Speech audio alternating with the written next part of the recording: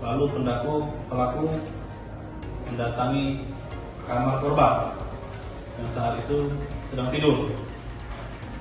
Setelah itu pelaku langsung membekap mulut dan mencekik leher korban, lalu langsung membuka pakaian korban, dan pelaku memasukkan kelaminnya ke kelamin korban sehingga mengakibatkan korban luka atau trauma dan saat ini masih dirawat di rumah sakit.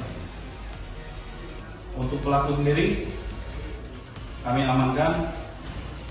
Saat ini kasus kami tangani di Polres Musirawas.